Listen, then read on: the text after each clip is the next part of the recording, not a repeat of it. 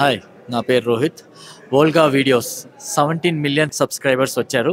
దానికి Hartley congratulations. Please subscribe Volga videos. ఈ మధ్య కాలంలో వస్తున్నటువంటి దాంట్లో మీకు బాగా నచ్చినవి ఏమైనా ఉన్నాయంటారా? అట్లాంటి సినిమాలు ఏమైనా మీకు అనిపించినవి? ఇవాల్టి కాలంలో అయితే అంటే నేను నచ్చిన ఇప్పుడు సినిమా వస్తున్నటువంటి సినిమాలు చాలానే వచ్చాయి, మీరు చూసే ఉంటారు. ఈ మధ్య కాలంలో సంక్రాంతికి వచ్చినటువంటి సినిమాలు కూడా చాలానే వచ్చాయి. మీకు బాగా నచ్చిన సినిమా ఈ మధ్య చూసారా ఏదైనా సినిమా? తక్కువనే, ఎందుకంటే ఆ సినిమా అంటే అర్థమైపోతుంది ఉమ్. చూడగానే. ప్రమోషన్లోనూ ఆ స్క్రిప్ట్ మామూలుగా స్టోరీ లేని చూడగానే టైటిల్ లోనో లేదంటే టైటిల్లోనూ వాళ్ళు చేసే మేకింగ్ ఎట్లా ఉంటుంది యా. అంటే కనీసం సరదాగా ఉండే వాతావరణం అన్న లేదు ఇవాళ. అది పిటి. సంక్రాంతికి వచ్చిన సినిమాలలో సంక్రాంతికి వస్తున్నాం అనే ఒక సినిమా చాలా సింపుల్, సరదా, మామూలు క్యాజువల్ ఫిల్మ్. అది ఆడింది.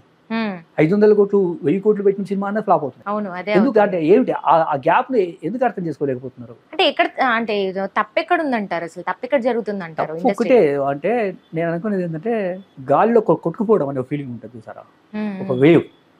ఆ వేవ్ లో కొట్టుకుపోయే వాతావరణం కనిపిస్తుంది. ఇవాళ పుష్ప సక్సెస్ అయింది అంటే పుష్ప లాంటి సినిమాలు ఇంకో 10 వస్తాయి. అంటే అలాంటి సినిమాలు అంటే ఆ ఓరియంటేషన్ వచ్చిన సినిమా. తర్వాత ముఖ్యంగా కథను ప్రధానం చేసుకోకుండా హీరోను మాత్రమే ప్రొజెక్ట్ చేస్తూ ఒక హీరోయిజాన్ని చూపిస్తూ వచ్చిన సినిమాలు సక్సెస్ అయ్యే వాతావరణం ఉండదమ్మా, ఎక్కువ రోజులు ఉండదు.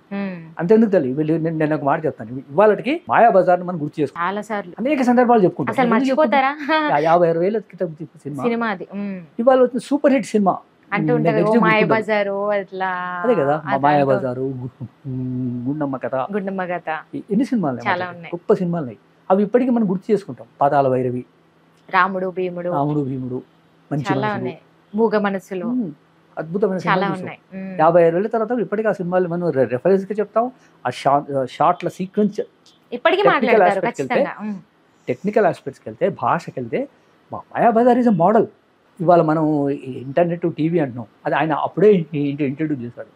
శశిరేఖ చూస్తుంది ఒక మా మాయాబజార్ డబ్బని, ఐడియా ఉంది అలా చూస్తే ఎవరి మనసులో ఉన్న వాళ్ళు ఇష్టమైన వాళ్ళు కనిపిస్తారని చెప్పారంటే అది యాక్చువల్లీ ఇంటర్నెట్ లాంటి కాన్సెప్టే కదా. అలాంటి అంటే ఒక న్యూ ఆ మాటలు కానివ్వండి, అందులో పుట్టిన మాటలు కూడా ఎరా డింబకా ఇవాళ ఎక్కడ కనిపిస్తుంది నీకు? అది ఆ టచ్ లేదు. ఇవాళ సూపర్ హిట్ సినిమా 1000 కోట్లు ఇవాళ అర్థంకమ్మా. పుష్ప ఇంకో 2 సంవత్సరాల తర్వాత ఎవరికైనా గుర్తుంటే ఛాలెంజ్ అమ్మా. ఇట్స్ పర్సనల్లీ గుర్తుండదు. ఏంటి సార్ అప్పటి సినిమాలకి ఇప్పటి సినిమాలకి ఏంటంటారు తేడా? ఏం మారింది అసలు? ఏంటి డిఫరెన్స్? ఒకటి ప్రధానంగా స్టోరీ లైన్. ఆ స్టోరీని ప్రొజెక్ట్ చేసి స్టోరీని ప్రజెంట్ చేసే సిచ్యువేషన్ ఉంటుంది సార్. దానిలో ప్రధానమైన లోపం ఉంది. ప్రజెంట్ చేయాలంటే మనిషికి మనసుకు హత్తుకునేలా ఉంటే చాలా హత్తుకుంటుంది. మనిషిని ప్రేరేపించేలా ఉంటే ఎంతసేపు ఉంటుంది? ఉండదు. ఒకసారి ఉత్సాహపడతారు, ఉద్రేకపడతారు, తర్వాత ఇంకోటి వస్తుంది. అలా పుష్ప సక్సెస్ ఏంటంటే పుష్ప తర్వాత ఇంకో సినిమా వస్తుంది, సక్సెస్ అవుతుంది, ఇంకోటి ఇది పోతుంది. కానీ when it is heart touching గా ఉంది అనుకోండి, అది చాలా కాలం. ఇవాళ మనం మాయాబజార్ గుండమ్మ కథ ఎందుకు గుర్తు చేసుకుంటున్నాం అంటే. తెలుగు చిత్ర పరిశ్రమ మీద మీ అభిప్రాయం ఏంటంటారు సార్? తెలుగు చిత్ర పరిశ్రమ ఇట్ ఇస్ అన్ ఇండస్ట్రీ. ఇండస్ట్రీలో వ్యాపారం దాగి ఉంటుంది. ఆ వ్యాపారమే ప్రధానమైనప్పుడు దానికి పర్ఫెక్ట్ ఎగ్జాంపుల్ తెలుగు సినిమా. గత 10 సంవత్సరాల సినిమా ఒక హిస్టరీ చూస్తే తెలుగు సినిమా అనేది కేవలం శుద్ధ వ్యాపారం మాత్రమే. ఆ వ్యాపారంలో హీరోయిజం మాత్రమే సినిమా. ఒక చెయ్యి ఊపితే 10 మంది పడిపోవడం, ఒక కాలెత్తి కొడితే 50 మంది కూలిపోవడం, ఇది సినిమాలో ఆ శబ్దము, ఆ సౌండ్. అంటే మీరు అన్నట్టుగా ఏదైతే వ్యాపారం అంటున్నారో, వ్యాపారంగా వాళ్ళు భావించి చేస్తున్నారు కాబట్టి సినిమాలు ఈ రోజు ఈ విధంగా వస్తున్నాయి అనుకోవచ్చా? మీరేమంటారు? అట్లా అనుకోవచ్చు. వాళ్ళు ఏమంటారంటే ఇలాంటి సినిమాలే చూస్తున్నారు కనుక మేము ఇవే తీస్తున్నామని ఇంకో ఆర్గ్యుమెంట్ పెడతారు. ఇది కూడా విన్నాం సార్, చాలా ఈ ఆర్గ్యుమెంట్ కూడా ఉంది. ఆడియన్స్ ఇవే చూస్తున్నారు కనుక మేము ఇవే చూస్తున్నాం. ఇప్పుడే నేనేమంటే ఎగ్జాంపుల్ గా ఇప్పుడు మన సంక్రాంతికి వచ్చే సినిమా కనబడుతున్నాయి కదా, ఏ సినిమా మిగిలింది, ఏ సినిమా పోయింది, అది తీసుకోరు. మళ్ళీ దాన్ని ఎగ్జాంపుల్ గా తీసుకోరు. ఏదైతే ప్యూర్ కమర్షియల్ ప్యూర్ తీసే సినిమాలు మిగిలాయా, కొంచెం కమర్షియల్ అయినా కూడా, కమర్షియల్ హీరో ఉన్నా కూడా ఒక కొంచెం టచింగ్, కొంచెం ఐడెంటిఫై, సెల్ఫ్ ఐడెంటిఫికేషన్. ఆ సినిమా చూస్తే అరే ఇది మాలాగా అనిపిస్తుంది, మా లైఫ్ లానే ఉంది అని ఎక్కడైతే టచ్ అయిందో ఆ సినిమా మిగులుతున్నది. అది అర్థం చేసుకోవాలి. అక్కడ హీరో పెద్ద హీరోనా చిన్న హీరోనా అవన్నీ పక్కన పెట్టండి.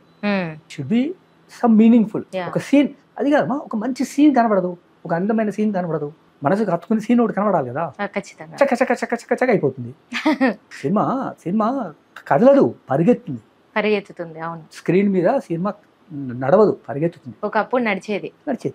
అది మిస్ అయింది. మీరు పాటలు చూసినా, మ్యూజిక్ చూసినా, ఏది చూసినా అంతే. Everything is running.